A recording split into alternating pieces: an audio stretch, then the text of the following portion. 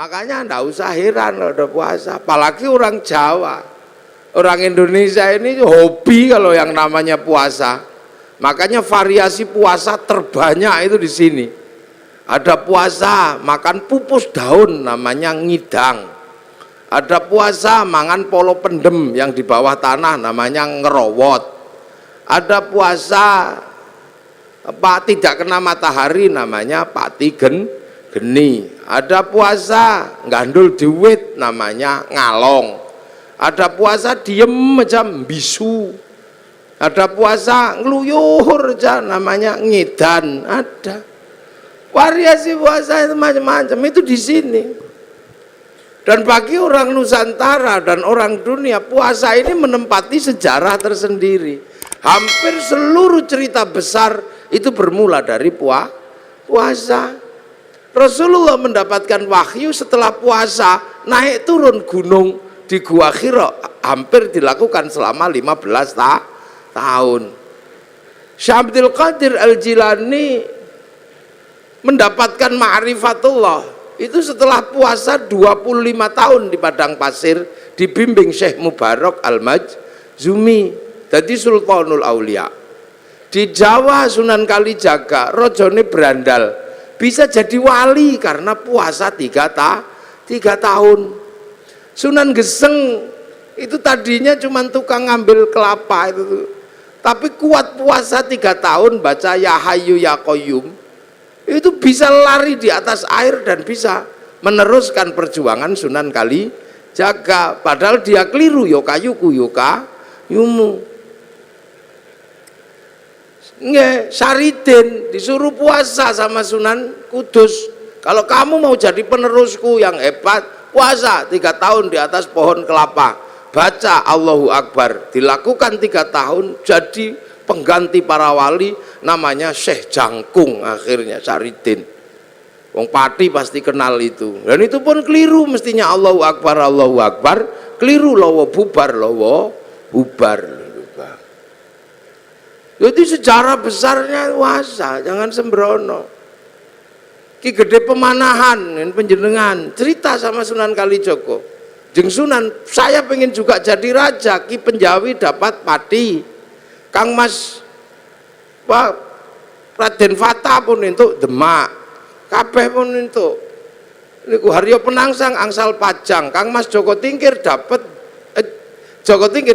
Pajang, Haryo Penangsang dapat Jipang. Saya dapat daerah mana? Ki Gede Pemanahan matur Sunan Kalijogo, ya ndak ada, semuanya sudah habis yang baik-baik, tinggal 5 tempat, itu pun tempat setan.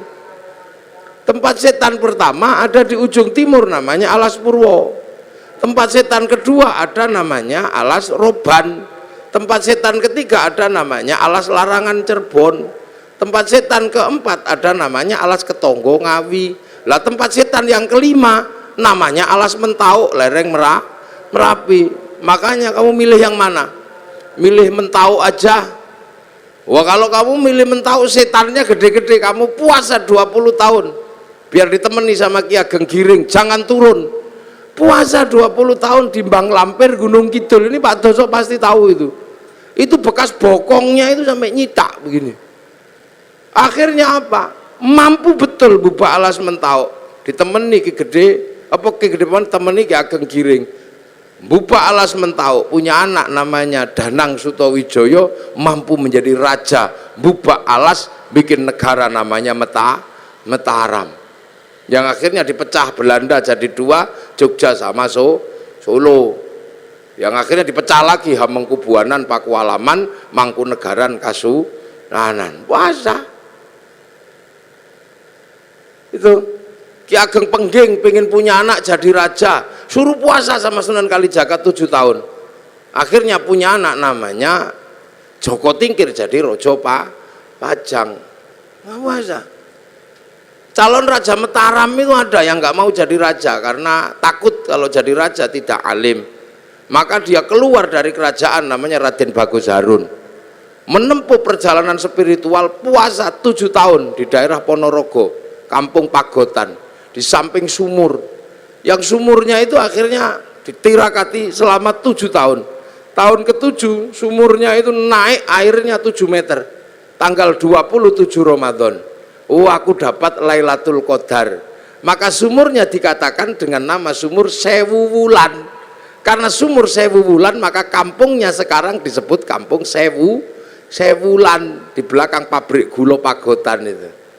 Nah, Raden Bagus Harun akhirnya punya anak perempuan galaknya luar biasa, dikenal dengan nama Nyi Ageng Alap-alap. Kalau ngamuk naik di atas pohon. Dinikah Raden Santri, punya anak namanya Mbah Maktum. Nikah punya anak Mbah Maklum, nikah punya anak Mbah Tafsir Anom, nikah punya anak Mbah Qolyubi, nikah punya anak Mbah Ilyas. Mbah Ilyas menjadi kandepak pertama di Surabaya. Punya anak perempuan galak namanya Nafiqoh. Dinikah sama Kiai Hasyim Asy'ari, punya anak Kiai Wahid Hasyim, nikah sama Nyai Solikah binti Bisri Sansuri Jombang, punya anak Abdurrahman Wahid. Bener-bener terjadi seorang ulama jadi presiden walaupun 2 tahun luwung. Cara puasa.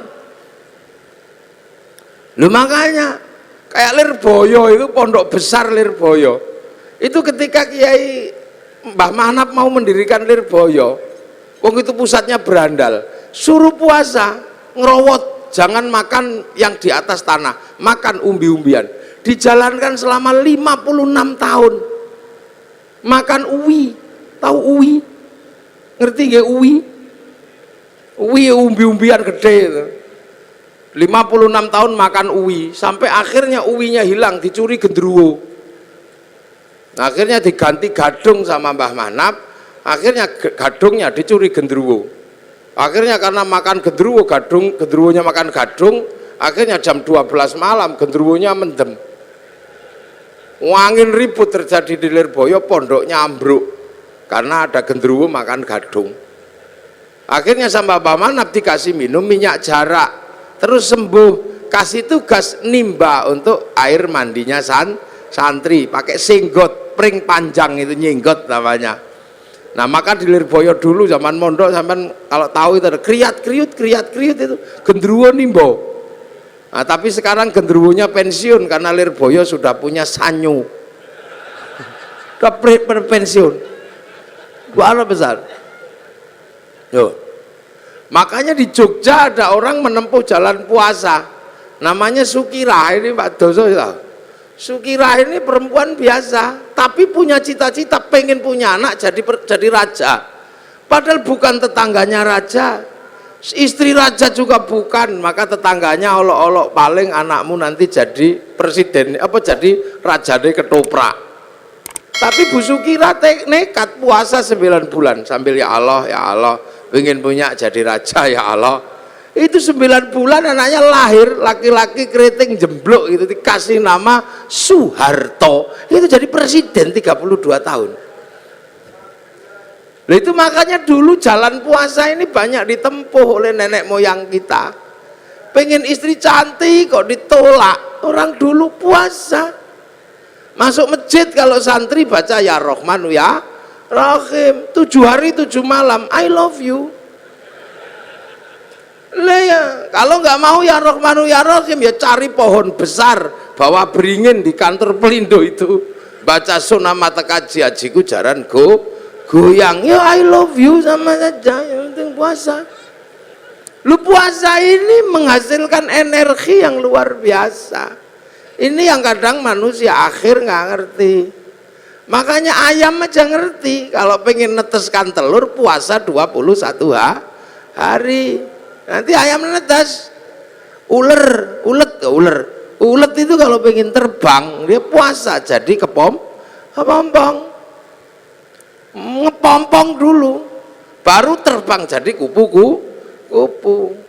Ular itu kalau mau melungsungi ya puasa, nanti kulitnya ganti lebih mudah lagi. Makanya kita berdoa semoga puasa kita seperti puasa kupu-kupu, puasanya ulet, habis jadi kepompong terbang jadi kupu, jangan kayak puasanya ular. Setelah puasa tetap aja keluar ular, sekali ulo tetap uloan, itu jangan.